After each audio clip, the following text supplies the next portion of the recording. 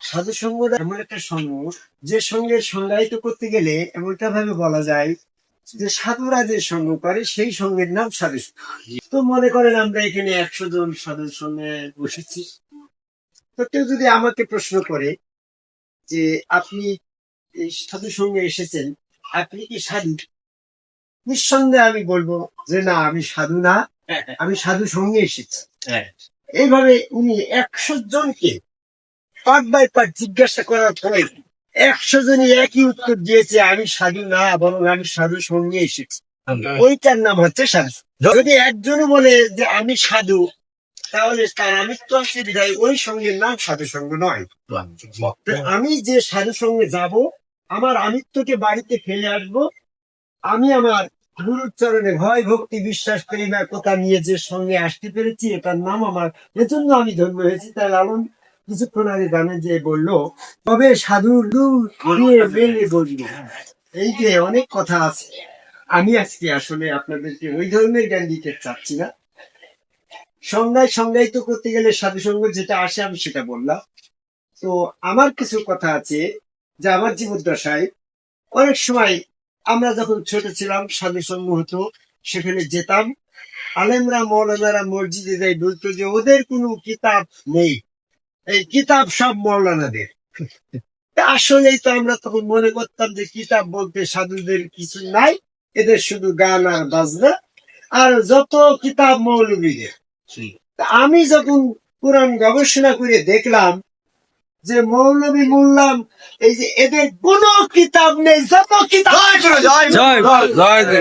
জোর দিয়ে বললাম তো, আমি রেগে বলছি না, কথাটা সত্য প্রতিষ্ঠিত করে বলছি। আমি একটা একটা করে বুঝিয়ে দেবো। বর্তমান প্রচলিত আদম সেজদা বিরোধী এই মৌলানাদের যা কিছু আছে সব কোরআন বিরোধী। যদি বলি ধর্মের মূল সত্য তো রসুল, ওদের রসুল নাই আর আমাদের রসুল আছে। তোমার রসুল আছে কি? আমার গুরু আমার রসুল। তোমার রসুল নাই, তোমার রসুল কে? তো বলছে মোহাম্মদ সাল্লাল্লাহু আলাইহি ওয়াসাল্লাম। মোহাম্মদ সাল্লাল্লাহু আলাইহি ওয়াসাল্লাম তখন নাই, তার মানে তোমার রসুল নাই আর আমার আছে। তাহলে একটাই তোমার কোরআন দিয়ে বোঝা গেল রসুল নাই। আর যে ধর্মের ভিতরে রসুল নাই, সেই ধর্মের ভিতরে কার কাছ থেকে শিক্ষা পাই? রসুল তোমাকে হিকমত শিক্ষা দেবে, রসুল তোমাকে অজানা বিষয় শিক্ষা দেবে, রসুল তোমাকে কোরআন শিক্ষা দেবে, তাই তো রসুলের কাজ। তাহলে তোমার রসুল নাই, তোমার কিছু নাই, বরং তুমি যে হিকমত জ্ঞান শিক্ষা লাভ করেছো এটাও একটা রসুলের কাজ। সেই রসুলের নাম হচ্ছে শয়তান। কি গো সাদেক শয়তান? বর্তমান রসুলের বিরোধী দল তো শয়তান নাকি? তাহলে যেখানে রসুল নাই সেই অপোজিট রসুলের তারা আনুগত্য করছে, তাহলে তাদের রসুল হচ্ছে শয়তান, আর আমাদের রসুল আছে যার যার গুরু তার তার রসুল। এই দুই রসুলের ভিতরে পার্থক্য কি? একজন রসুল হচ্ছে তার গুরু, রসুলকে আদম কবার সেজদার মাধ্যমে শয়তান থেকে পবিত্র হয়ে তার সিলসিলাটাকে ধারাবাহিক সিলসিলায় নিয়ে এসছে, রসুলের সিলসিলায়, কোরআনের সিলসিলায়, নবীর সিলসিলায় নিয়ে এসছে। আর ওইটা হচ্ছে আদম সেজদা বিরোধী একটা দল, যে আদম সেজদা না করে ওই মোল্লারা সেই শয়তানের আনুগত্য করছে, শয়তানের, ওদের রসুল আছে শয়তান। তা আমার কথা আজকে ওখানেও নয়। আমি আরেকটি বিষয় বলতে চাচ্ছি যে ওদের কাছে আমি শুনেছিলাম যে যে ওই লোকটা কোন ধর্ম করে, যে ধর্ম করে নামাজ ছাড়া কোনো ধর্ম নেই। এখনো বলে নামাজ, যে মুসলমান এবং কাফেরের ভিতরে পার্থক্য হচ্ছে নামাজ। যার নামাজ নেই সেই লোকটা ভুল পথে আছে, আর যার নামাজ আছে, সালাত আছে, সে সঠিক আছে। তা আমি একসময় কথাটাকে চ্যালেঞ্জ করবো। সেটা কি? যে নামাজ যার ভিতরে আছে তারাই মুসলমান, আর যার ভিতরে নামাজ নাই, সালাত নাই, তারা কাফের। এটা কার কথা? আপনাদের কথা, ওই মোল্লাদের কথা, তাই তো? তখন আমার দেখেন আপনার ভিতরে কি সালাত আছে? তো আছে। সে সালাতের সংজ্ঞাটা কি? What is the definition of worship according to the holy Quran? Quran অনুসারে সালাতের সংজ্ঞা দেন, বলেন কোরআনে কোন আয়াতে সালাতের সংজ্ঞা দেওয়া আছে? সালাত কায়েম করো, এটা তো কোরআনের এটা তো সালাতের সংজ্ঞা নয়। সালাত কায়েম করো কথাটা আল্লাহ পাকের নির্দেশনা, কিন্তু সালাত কাকে বলে এইটার কোরআন সালাত কি? সালাত কাকে বলে? এটা কি আপনি জানেন? তো বলছি তা তো জানি না। যে সালাত কাকে বলে শোনেন, আপনার কোরআনে সূরা আনকাবুতের 45 নম্বর আয়াতে বলছে ইন্না সালাতা তানহা আনিল ফাহশাই ওয়াল মুনকার। নিশ্চয় ওই কাজটার নাম সালাত যে কাজটা করলে মুনকার নামে শয়তান তা না হয়ে যায়, বিচ্ছিন্ন হয়ে যায়, পৃথক হয়ে যায়। তো আপনি যে কাজ করে আসলেন ওর ভিতরে তো শয়তান আর আইটি সেটি বসেছে, ওইটা তো সালাত হলে আল্লাহ পাকের এই আয়াত মিথ্যা হয়ে যায়। বরং আপনার ভিতরে সালাত নাই, আপনার ভিতরে যেটা আছে ওইটার ভিতরে শয়তান আছে বিদায় ওইটার নাম সালাত নয়। আর আমি আমার গুরু হযরত খাজা নিজামুদ্দিন আহমেদ চিশতি, উনি আমার রসুলের হাত, আল্লাহর হাত, ওনার পা আল্লাহর পা, ওনার ভিতরে স্বয়ং আল্লাহ, হ্যাঁ রসুলের অল বডি ফিটনেস অফ আল্লাহ বিশ্বাস করে আমি যখন সেজদা দিলাম, তখন আমার ভিতর থেকে শয়তান বলছে যে না আমি তখন আদমেরই সেজদা করিনি, এখন হাসিবুল চিশতি থেকে সাথে থেকে যদি নিজামকে সেজদা করি তখন আমার আদমের করাই ভালো ছিল, তা আমি আর হাসিবুল চিশতির সাথে থাকবো না। না হয়ে গেল, বিচ্ছিন্ন হয়ে গেল এই আদম সেজদার কারণে। আপনার সংজ্ঞায়িত হইল আমার ভিতরে সালাত আছে, আমি মুসলমান, আর আপনার ভিতরে সালাত নাই, আপনি কাফের। আসেন তো আপনাদের ভিতরে সালাত আছে তার প্রমাণ কি? আমি প্রমাণ হচ্ছে যে এই যে আমরা একটা সেজদা গুরুকে দিচ্ছি, এই এক সেজদাই সালাত। তো আপনি যে এক সেজদাই সালাত দিলেন, এটা কোরআনের কোন আয়াত? আমি এক সময় বাহাজ হয়েছিল, বাহাজের ভিতরে সমস্ত আলেম ওলামা মাওলানা মুফতিরা এসে চারিদিক সাধু সঙ্গ ঘেরাও করে বলল যে এনাদের ভিতরে সালাত নাই। আমার এনাদের ভিতরে সালাত নাই, এটা তোমার প্রমাণ কি? তুমি কোথায় সাক্ষী দিচ্ছ? বলছে না আমরা তো জানি যে এরা সালাত আদায় করে। আমি বললাম যে এরা সালাত আদায় করলে আমি দেখলাম তো মাগরিবের সময় আল্লাহ আলেক বলে একটা সেজদা দিল, এটাই তো সালাত। কোন বছর ওটা এক সেজদা দিল, ওটা কি করে এক সেজদা সালাত হইল? তাহলে কোরআন দিকে দেখেন, প্রমাণ করেন। আমি তখন বললাম যে দেখেন, আপনার আমার পকেটের কোরআন দিয়ে যদি আমি বলি তো বলবেন ওরা হচ্ছে বাউলদের কোরআন, তরিকত পশ্চিমের তৈরি করা কোরআন। আপনার মসজিদের থেকে কোরআন শরীফটা নিয়ে আসে, কোরআন শরীফ নিয়ে এসে বলবে দেশের 102 নম্বর আয়াত খুলে বের করে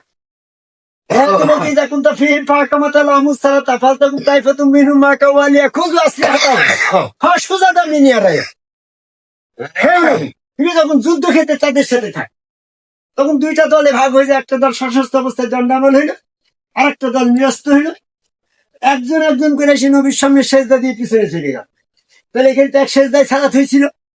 তৎকালীন সময় নবীর সামনে, নবীর সম্মুখে একটা সেজদা দিয়ে পিছনে চলে যাওয়াটা যদি সালাত হয়, তাহলে এক সেজদায় সালাত, এটাই তার দলিল। আপনার এই 5 ওয়াক্ত সালাত নেই, এই 5 ওয়াক্ত সালাত নিয়ে যখন চ্যালেঞ্জ হইল, আপনারা হয়তো অনেকেই বলবেন যে হাসিবুল চিশতি কথা বলছে, তার দলিল এক দলিল প্রমাণ কি? আমাদের প্রমাণ দলিল হচ্ছে কোরআন। এই কোরআন গবেষণা করে আমি দেখলাম খামস সালাত, এই খামস সালাত 5 ওয়াক্ত সালাতের কোন আয়াত কোরআনে নাই। ওই সময় চ্যালেঞ্জ হইলে ওরা আরো বলছে আমরা কোরআন দিয়ে 5 ওয়াক্ত সালাত প্রমাণ করব। তাহলে কোরআন দিয়ে যদি 5 ওয়াক্ত সালাত প্রমাণ করতে পারেন, তাহলে এই যে আমরা যারা 5 ওয়াক্ত পড়ছি না, আমরা তওবা করে আপনার 5 ওয়াক্ত সালাতের জন্য তওবা করে আজকে থেকে শুরু করি।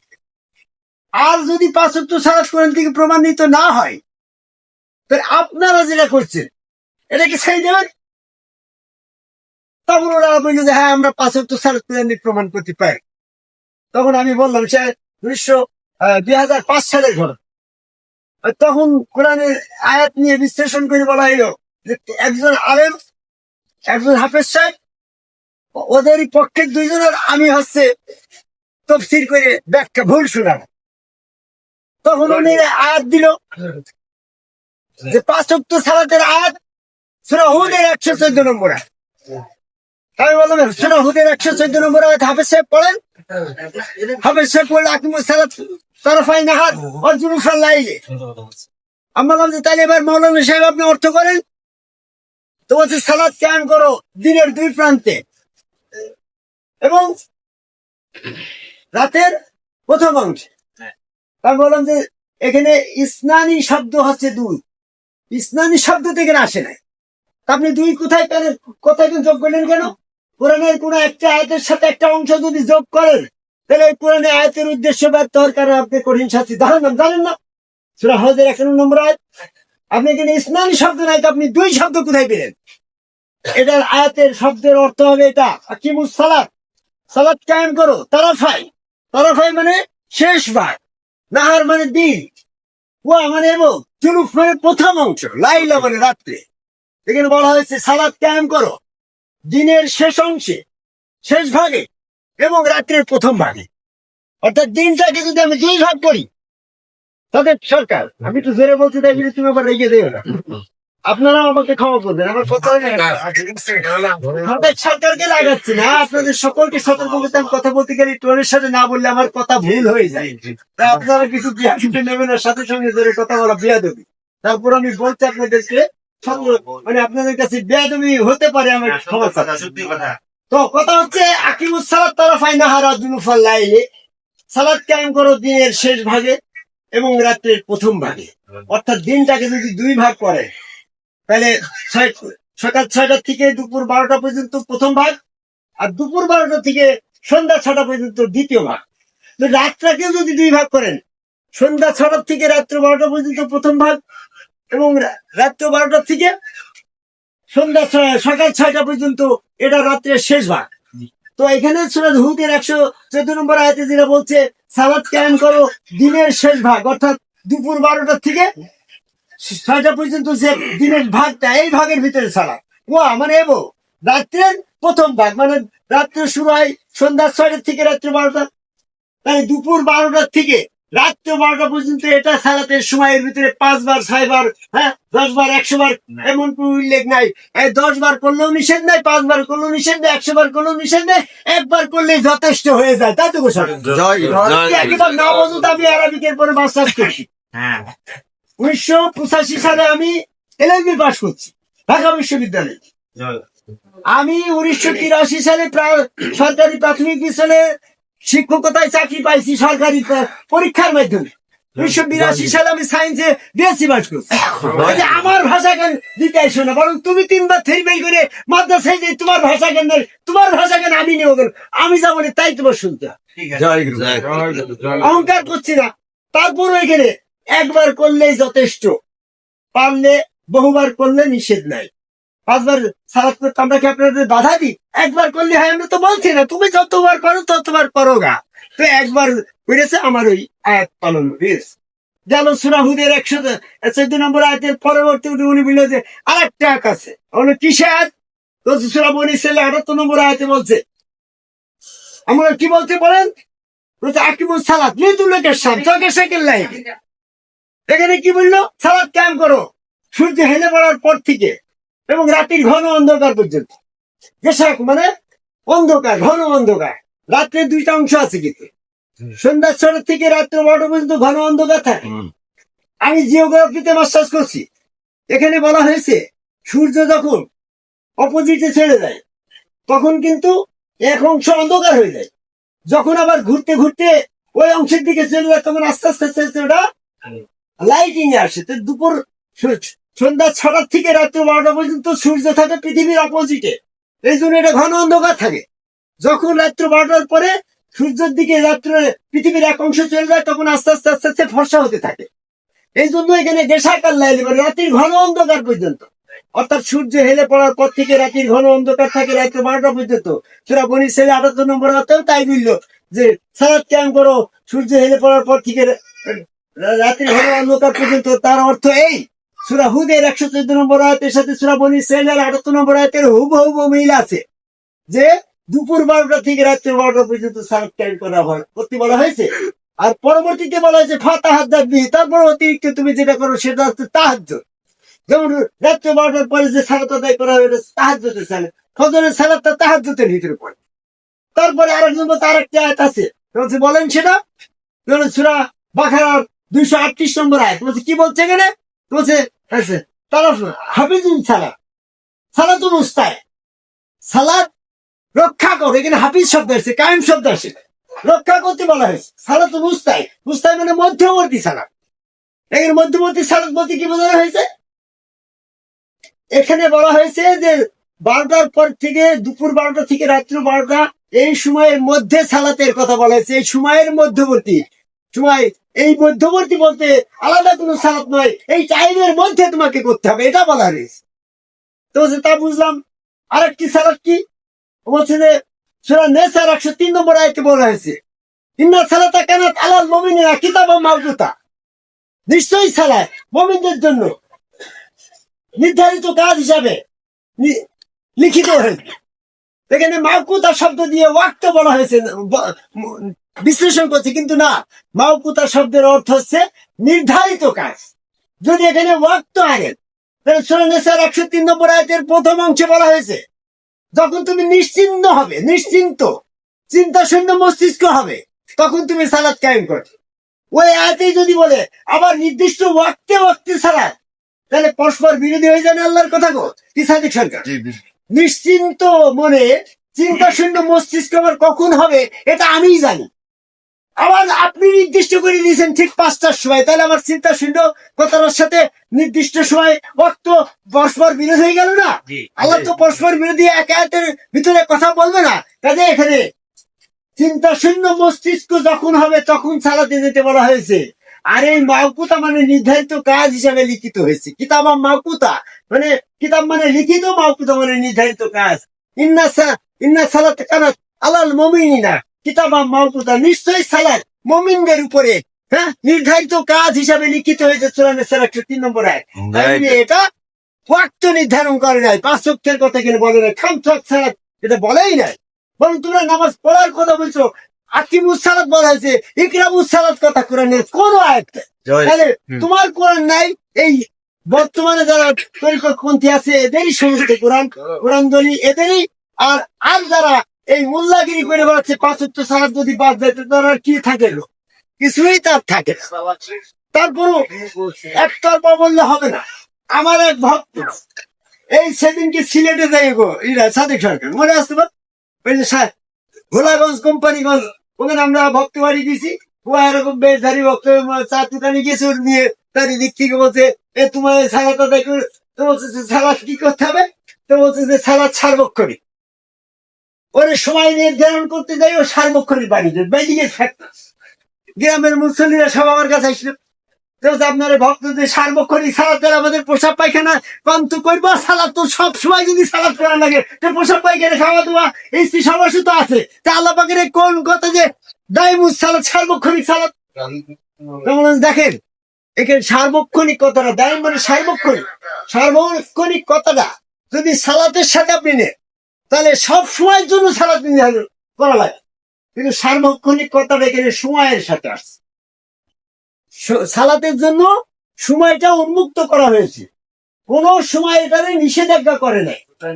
সারাক্ষণ সালাতেই থাকতে হবে এমনটা না। যেমন আপনার জন্য আমার দুয়ার সব সময়ের জন্য খোলা, আপনি যে কোনো সময় আসতে পারবেন, তাই বলে আপনি সারাদিন আসতেই থাকবেন না, কথাটা এমনটা না গো। মারি যে 23 নম্বরে তাইমুস সালাত বলতে সালাতের সময়টাকে সার্বক্ষণিক করা হয়েছে। 24 ঘন্টায় আপনি সালাত কায়েম করতে পারবেন যে কোনো একবার। তবে এর ভিতরে 2টা পাঠ করা হয়েছে, একটা হচ্ছে সালাতে ফরজ যেটা কায়েম করতে বলা হয়েছে ফরজ, আর একটা হচ্ছে তাহাজ্জুদ। দুপুর 12টা থেকে রাত্র 12টা পর্যন্ত এটা ফরজ করা হয়েছে, আর রাত্র 12টা থেকে দুপুর 12টা পর্যন্ত এটা তাহাজ্জুদ করা হয়েছে। অতিরিক্ত সময়ের ভিতরে আপনি করলেও করতে পারেন, না করলেও নাই। তাই বলে দাইমুল সালাত বলতে আমরা সাধুরা সবসময় আল্লাহ আল্লাহ জিকির করে, এটা সালাত ওটা না। আল্লাহ জিকির এবং সালাতের ভিতরে পার্থক্য আছে। আল্লাহ জিকির করা এটা হচ্ছে স্মরণ করা, আর এই জিকিরের ভিতরে সেজদা না থাকতে পারে, জিকিরের সাথে সেজদা না থাকতে পারে, এটা না হচ্ছে জিকির। কিন্তু সালাতের সাথে সেজদা থাকতে হবে। সে আকিমুস সালাত লি যিকরিল্লাহ, সালাত কায়েম করা আল্লাহর স্মরণে, অর্থাৎ আল্লাহর স্মরণে একটা সেজদাই সালাত। এই সেজদাটাই আছে আমার এই সাধু সঙ্গের ভিতরে আমি দেখেছি, যার যার গুরু তার রসুল সুরতে, ওই সুরতের ভিতরে আল্লাহকে চিনে শুনে বর্ত করে বিশ্বাস করে একটা সেজদা দিলি, ওরাই তার সালাত। হইল তোমার রোজা কই? তোর রোজা মানে কি? রোজা মানে আত্মশুদ্ধি লাভ করা, শয়তান থেকে পবিত্র হওয়া। আমি যখন আমার গুরু হযরত খাজা নিজামুদ্দিন আহমেদ চিশতির কদম মুবারকে সেজদা দিলাম, শয়তান বেরিয়ে চলে গেল, আমার আত্মশুদ্ধি হয়ে গেল, আমি মুত্তাকি হয়ে গেলাম। এজন্য সূরা বাকারা 183 নম্বর আয়াতে বলছে তুমি সিয়াম সাধনা করো যেন তুমি মুত্তাকি হতে পারো। আমি এক সেজদায় যদি মুত্তাকি হয়ে যাই তাহলে আমার রোজা বাকি থাকলো কোথায়? রোজা বুঝলাম তোমার রোজা নেই হইলে তো হজ কি? হজ মানে কি? হজ মানে জিয়ারত করা, জিয়ারত মানে দর্শন করা। বলে আমি আমার গুরু হযরত খাজা নিজামুদ্দিন আহমেদ চিশতি সুরতে যখন আল্লাহ বিশ্বাস করে সেটা দিলাম, স্বপ্নে আমি যখন আমার গুরু সুরতে আল্লাহ দর্শন করলাম, তখন আমার হজ হয়ে গেল। আমার দর্শন হওয়া মানে আমার আল্লাহ দর্শন করা মানে আমার হজ হয়ে গেল। তাহলে এক সেজদার ভিতরে আমার সালাত হইলো, রোজা হইলো, আবার হজও হয়ে গেল। তো হজ নাই হইলো, জাকাত তার কি খবর? তোমার জাকাত মানে কি? জাকাত মানে ডিলেট করে দেওয়া। আমার অতিরিক্ত যেটা আছে সেটাকে আমি বর্জন করলাম। তার ভিতরে কাম, ক্রোধ, লোভ, মোহ, মাচ্ছন্দ, ইচ্ছা শক্তি যা কিছু ছিল, আমি যখন আমার গুরুর কাছে ইচ্ছা শক্তিকে স্যালেন্ডার করে সমস্ত কিছু তার ইচ্ছার পরে সমর্পণ করেছি, আমি আমার নিজস্ব ব্যক্তি সত্তাকে ডিলেট করে দিয়েছি। কোরবানিটা কি? কোরবানি মানে আমার সমস্ত জীবনের ইতিটা। যেমন আমি হজের ভিতরে দেখেছি যে হাজিরা মাথা মুন্ডন করে। মাথা মুন্ডন করার অর্থ কি? আমার মাথার ভিতরে যত চিন্তা ছিল আজকে সমস্ত ডিলেট করে একেবারে মুছড়িয়ে দেওয়া হয়েছে, যেন আমার মাথায় আর কোনো দুনিয়াবি চিন্তা থাকবে না। হাজিরা দুনিয়াবি চিন্তা করতে পারবে না। এজন্য যাদের মস্তিষ্কের ভিতরে দুনিয়াবি কোনো খেয়াল নাই, তারাই হচ্ছে হজ হাজি। আমি আমার গুরু হযরত খাজা নিজামুদ্দিন আহমেদ চিশতির কদম মুবারকে সেজদা দিয়ে সংসার ত্যাগী হয়ে গেছি। আমার আর কোনো কামনা বাসনা নেই। আমি গুরুর চরণে সমর্পিত হলাম। আমার গুরু বললো যে তোমার হজ হয়েছে, তুমি এখন গুরু বাক্যের পর তোমাকে চলতে হবে। যথা আজ্ঞে গুরুজি। তোমার কি? তোমাকে বার আটলো হতে হবে, তোমাকে কোরআন গবেষক হতে হবে, তোমাকে মাস্টার ডিগ্রি পাস করতে হবে, তোমাকে তোমার কথা শুনে লাখ লাখ হাজার হাজার লাখ লাখ কোটি কোটি মানুষের ইমান রক্ষা পাবে। এই কাজে আমি তোমাকে আত্মনিয়োগ করলাম। যা তুমি লেখাপড়া। আমি সংসার ত্যাগ করেছিলাম, লেখাপড়া ত্যাগ করে কলেজের লাইফে আমি আর 1 বছর সংসার ত্যাগে ছিলাম। গুরু পদে হওয়ার পরে আমাকে তখন বাই ফোর্স আবার কলেজে ভর্তি করেন। তো এই জন্য বলছি, এইভাবে যারা গুরুর কাছে সমস্ত ইচ্ছা সমর্পণ করিয়ে মাথা মুড়িয়ে দিয়েছে যে আমার এই চিন্তা মস্তিষ্কের ভিতরে আমার নিজস্ব কোনো চিন্তার উদয় হবে না আমার গুরুর ভাব ব্যতীত, এর জন্য হজ হয়ে যায়। তাহলে আমরা দেখলাম কোরআন গবেষণা করে আমাদের এই এক আদমকাবাই সেজদার মধ্যে কোরআনের সমস্ত আয়াত এই মেমোরির ভিতরে যখন তোমার সমস্ত সিনেমা ঢুকিয়ে থাকে না, ঠিক কোরআনের এই আদম সেজদার ভিতরে কোরআনের সমস্ত মেমোরি ঢুকা রয়েছে। যদি আপনি একবারে গুরু পদে সেজদা করে দিব্য জ্ঞানে চলে যান, সমস্ত কিছু দেখতে পাবেন। জয় গুরু।